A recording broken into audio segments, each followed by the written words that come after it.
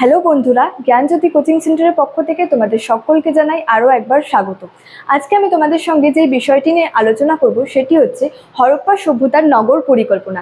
বিষয়টি শুরু করার আগে তোমাদেরকে একটা ছোট্ট ইনফরমেশন দিতে চাই।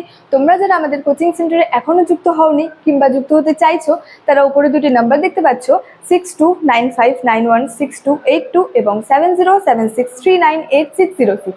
তো তোমরা যারা আমাদের সঙ্গে যুক্ত হতে চাইছো তারা কিন্তু এই দুটি নাম্বারের মধ্যে যে কোনো একটি নাম্বারে যোগাযোগ করে আমাদের সঙ্গে কিন্তু যুক্ত হয়ে যেতে পারো। তো দেরি না করে কিন্তু আজকে বিষয় সম্পর্কে আলোচনা শুরু করছি। তো দেখো, হরপ্পা সভ্যতার নগর পরিকল্পনা। তো হরপ্পা সভ্যতা হচ্ছে বিশ্বের মধ্যে সর্বপ্রথম হচ্ছে নগর কেন্দ্রিক সভ্যতা। তো বিভিন্ন নগরকে কেন্দ্র করে কিন্তু এই সভ্যতা গড়ে উঠেছিল। যেমন বলা হয়েছে যে কালীবঙ্গান, ধোলাবিরা, লোথাল, হরপ্পা, মহেঞ্জোদারো ইত্যাদি নগরকে কেন্দ্র করে গড়ে ওঠায় কিন্তু একে হচ্ছে নগর কেন্দ্রিক সভ্যতাও কিন্তু বলা হয়ে থাকে। তো এখানে কিন্তু বেশ কিছু হচ্ছে এই নগর কেন্দ্রিক সভ্যতা যে বললাম, এখানে কিন্তু এই সভ্যতার হচ্ছে নগর কেন্দ্রিক সভ্যতার বেশ কিছু হচ্ছে নিদর্শনের কথা বলা যায়। তো এই নিদর্শনগুলি কি ছিল? বলা হচ্ছে যে সেখানে হচ্ছে রাস্তাঘাট, ঘর বাড়ি, সেখানে হচ্ছে পয়ঃপ্রণালী ব্যবস্থা, শ্রেণী বিভক্ত সমাজ ব্যবস্থা, স্নানাগার, শস্যাগার, পৌর শাসন ব্যবস্থা এবং হচ্ছে যে দুর্গ। তো এগুলি সম্পর্কে কিন্তু পরপর আমি এখন আলোচনা করব। তো প্রথমেই দেখো এই যে রাস্তাঘাট। তো হরপ্পা সভ্যতার যে নগর পরিকল্পনার যদি একটি অন্যতম বৈশিষ্ট্যের কথা বলি, সেটি ছিল কিন্তু এখানের হচ্ছে যে রাস্তাঘাট।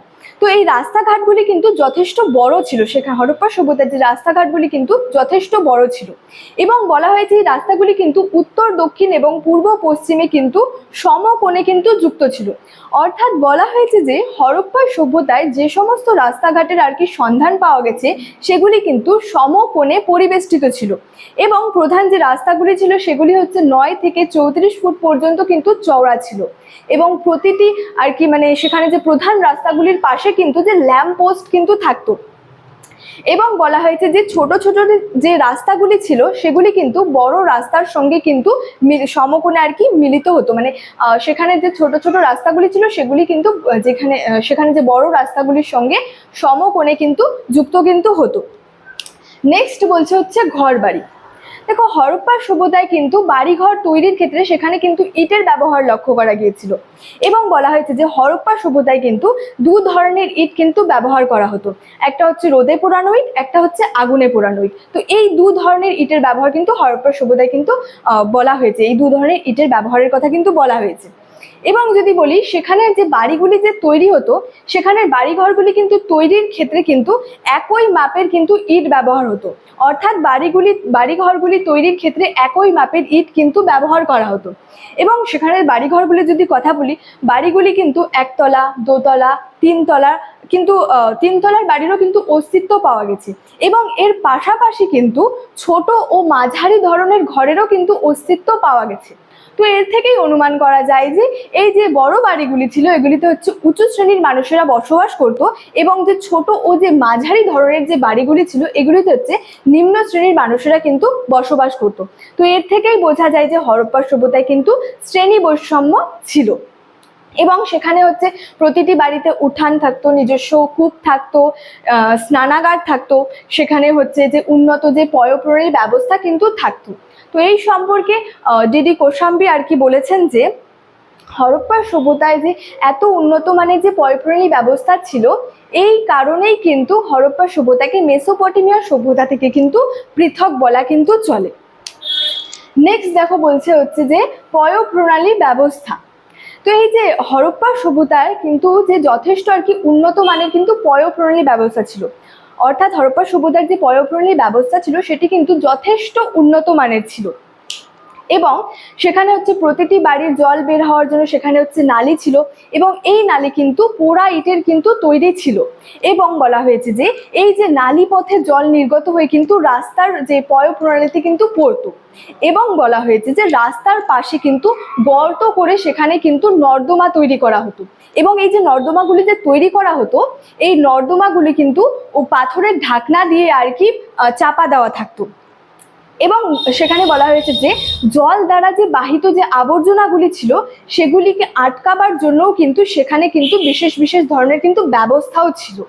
তাছাড়াও বলা যায় যে সেখানে কোথাও কোথাও বলা হয়েছে যে ইটের তৈরি চৌকা চৌবাচ্চা মানে ছিল, মানে সেখানে কোথাও কোথাও বলা হয়েছে যে আবর্জনা ফেলবার জন্য কিন্তু চৌকা চৌবাচ্চাগুলি কিন্তু ছিল এবং এগুলিও কিন্তু ইটের তৈরি ছিল। তো এখানে এই যে চৌবাচ্চাগুলি যে ছিল এগুলিতে হচ্ছে নামার জন্য হচ্ছে সিঁড়ি ছিল।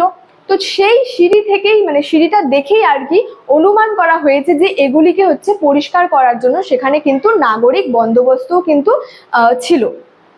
তো এটাই এই সম্পর্কেই দিদি কোশাম্বী যে বলেছেন যে এখানে যে পয়ঃপ্রণালী ব্যবস্থা এতই উন্নত মানের ছিল যে এই কারণেই কিন্তু এই সভ্যতাকে আর কি মেসোপটেমিয়া সভ্যতা থেকে কিন্তু পৃথক বলা চলে। তো এবং এটাও বলা হয়েছে যে আর কি যে পৃথক বলা চলে এটা কিন্তু বলা হয়েছে। তো তারপরে বলেছে হচ্ছে যে শ্রেণী বিভক্ত আর কি সমাজ ব্যবস্থা। তো এই যে হরপ্পা সভ্যতা বা সিন্ধু সভ্যতার যে ব্যবহৃত যে বাড়িঘরগুলি ছিল, তো বাড়িঘরগুলি এবং তাদের আয়তন দেখে অনুমান করা হয় যে এই যে সিন্ধু নগরগুলিতে বলা হয়েছে যে ধনী এবং দরিদ্র উভয় শ্রেণীর মানুষ কিন্তু বসবাস করত। তো এই সম্পর্কে দিদি কোশাম্বী এখানে কিন্তু যে শ্রেণী বিভক্ত সমাজের কথা কিন্তু বলেছে এবং এখানে হচ্ছে বিভিন্ন শ্রেণীর মানুষ কিন্তু বসবাস করত। সেখানে হচ্ছে যেমন বলা যায় যে অভিজাত, ব্যবসায়ী, পুরোহিত, সেখানে যে শ্রমিকরা ছিল, বণিকরা যে ছিল এবং কুমোর, তাঁতি প্রভৃতি কিন্তু আর কি শ্রেণীর মানুষ কিন্তু এখানে বসবাস করত। তো সুতরাং বলাই যায় যে হরপ্পা সভ্যতার সমাজ কিন্তু শ্রেণী বিভক্ত ছিল। নেক্সট দেখো হচ্ছে স্নানাগার। তো বলা হয়েছে যে মহেঞ্জোদারোতে হচ্ছে দূরের কাছে একটি হচ্ছে স্নানাগার আবিষ্কৃত হয়েছিল এবং এই স্নানাগার থেকে কিন্তু হরপ্পা সভ্যতা বা সিন্ধু সভ্যতার কিন্তু একটি বিশেষ বৈশিষ্ট্যের কথা কিন্তু বলা যায়। তো এই স্নানাগারটি যদি আয়তনের কথা বলি তো দৈর্ঘ্যে ছিল এটি হচ্ছে যে 180 ফুট এবং প্রস্থে ছিল হচ্ছে 108 ফুট এবং সেখানে যে জলাধারটি ছিল এই জলাধারটি হচ্ছে দৈর্ঘ্যে ছিল হচ্ছে 39 ফুট এবং প্রস্থে ছিল হচ্ছে 23 ফুট এবং গভীরতায় ছিল কিন্তু এটি 8 ফুট। তো বলা হয়েছে স্নানাগারটিতে আর কি ওঠা নামার জন্য কিন্তু সিঁড়ির ব্যবস্থা ছিল এবং সেখানে যে জলাধারটি ছিল সেই জলাধারটিতে জল হচ্ছে ঢোকবার এবং বের হওয়ার জন্যও কিন্তু উপযুক্ত ব্যবস্থা ছিল। জলাধারটির এক পাশে হচ্ছে বসবাসের জন্য মঞ্চও ছিল এবং বলা যায় যে এক পাশে সেখানে হচ্ছে বসবাসের জন্য জায়গা ছিল বা বলা যায় যে মঞ্চ ছিল এবং বাকি পাশে বলা যায় যে সেখানে আর কি বারান্দা ছিল এবং ছোট ছোট আর কি কক্ষ ছিল। তো মর্টিমার হুইলার এই সম্পর্কে একটি আর কি মন্তব্য করেছেন। তিনি এই স্নানাগারটিকে সম্পর্কে বলেছেন যে এটি একটি হচ্ছে ধর্মীয় উদ্দেশ্যে নির্মিত হয়েছিল এবং বলা যায় যে এই সমসাময়িক পৃথিবীতে কিন্তু এই ধরনের স্নানাগার কিন্তু আর কোথাও আর কি পাওয়া কিন্তু যায়নি। নেক্সট হচ্ছে যে এখানে হচ্ছে শস্যাগার। তো বলা হয়েছে যে এখানে যদি একটি হরপ্পা সভ্যতার প্রধান যদি স্থাপত্য কীর্তির কথা বলি এটি ছিল কিন্তু এখানের যে শস্যাগার। তো হরপ্পা এবং মহেঞ্জোদারোতে কিন্তু দুটি শস্যাগার আবিষ্কৃত হয়েছিল এবং এই দুটি শস্যাগারের যদি গঠন বা আকার কথা বলি মানে এই দুটি শস্যাগারের গঠন আকার কিন্তু প্রায় একই ধরনের ছিল বলে কিন্তু বলা হয়েছে এবং হরপ্পার শস্যাগারটি যদি অবস্থানের কথা বলি এটি রাবি বা ইরাবতী নদীর তীরে অবস্থিত এবং যদি আর কি আয়তনের কথা বলি এটি দৈর্ঘ্যে ছিল হচ্ছে 169 ফুট এবং প্রস্থে ছিল হচ্ছে 135 ফুট। তো এই শস্যাগারটিতে হচ্ছে শস্য ঝাড়াই মাড়াই করা হতো এবং এই কাজে হচ্ছে বিভিন্ন শ্রমিক নিযুক্ত থাকতো। তো সেখানে বলা হয়েছে যে সেখানে হচ্ছে ছোট ছোট কয়েকটি হচ্ছে ঘরের সন্ধান পাওয়া গেছে। শস্যাগারটি আর কি শস্যাগার সংলগ্ন স্থানে কিন্তু ছোট ছোট ঘরের আর কি যে আর কি সন্ধান পাওয়া গেছে। তো সম্ভবত বলা হয়েছে যে যে সমস্ত শ্রমিকরা সেখানে শস্য ঝাড়াই মাড়াই করতো তারা কিন্তু এই যে এই শস্যাগার সংলগ্ন স্থানে যে সমস্ত ছোট ছোট ঘরের আর কি সন্ধান পাওয়া গেছিল সেই সমস্ত ঘরে কিন্তু তারা আর কি বসবাস করতো। তো এই শস্যাগারটি থেকেই আর কি প্রমাণ পাওয়া যায় যে আধুনিক কালের শস্য মজুত ও লেনদেন ব্যবস্থার মতো কিন্তু হরপ্পার সভ্যতায় অনুরূপ অর্থাৎ হচ্ছে একই ধরনের কিন্তু ব্যবস্থার প্রচলন ছিল এবং এই সম্পর্কে ব্যাসাম বলেছেন মানে ব্যাসাম এই শস্যাগারটিকে হচ্ছে রাষ্ট্রীয় ব্যাংকের সঙ্গে কিন্তু তুলনা করেছেন। নেক্সট দেখো বলছে হচ্ছে যে পৌর শাসন ব্যবস্থা। তো বলা হয়েছে যে হরপ্পা সভ্যতায় কি ধরনের শাসন ব্যবস্থা প্রচলিত ছিল সে সম্পর্কে কিন্তু কোনো প্রত্যক্ষ প্রমাণ কিন্তু পাওয়া যায়নি। তো এই সম্পর্কে ঐতিহাসিকদের মধ্যে বিভিন্ন মতভেদ রয়েছিল, তারা এই সম্পর্কে একমত ছিলেন না। তো এখানে বলা হয়েছে যে বিরাট এলাকা জুড়ে একই ধরনের ঘরবাড়ি, রাস্তাঘাট এগুলি দেখে অনুমান করা হয়েছে যে এখানে একটি যে কেন্দ্রীভূত শাসন ব্যবস্থা আর কি প্রচলিত ছিল। তো এই বিষয়ে বিভিন্ন ঐতিহাসিকরা তাদের মতামত প্রকাশ করেছিলেন।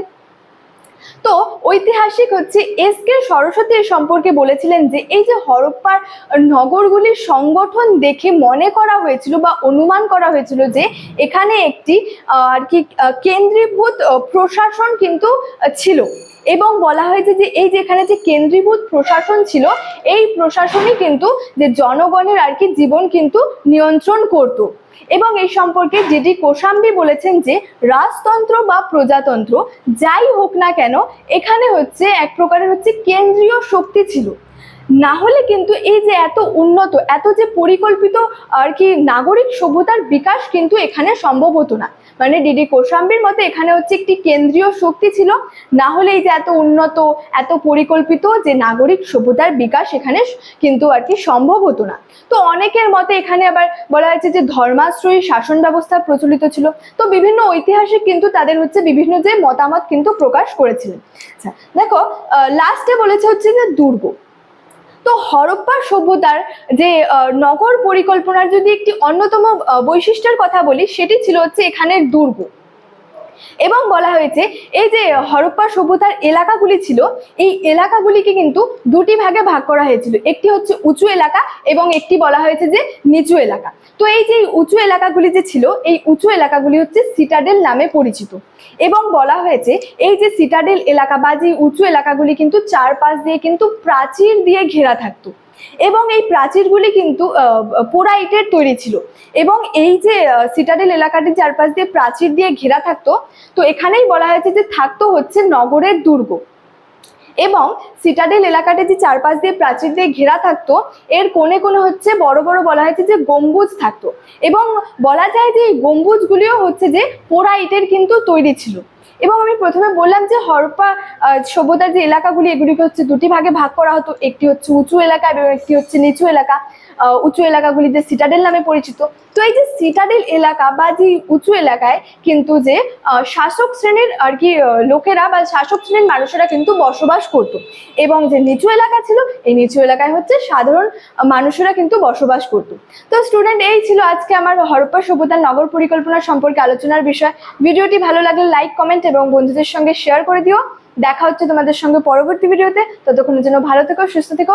Thank you so much. Thanks for watching.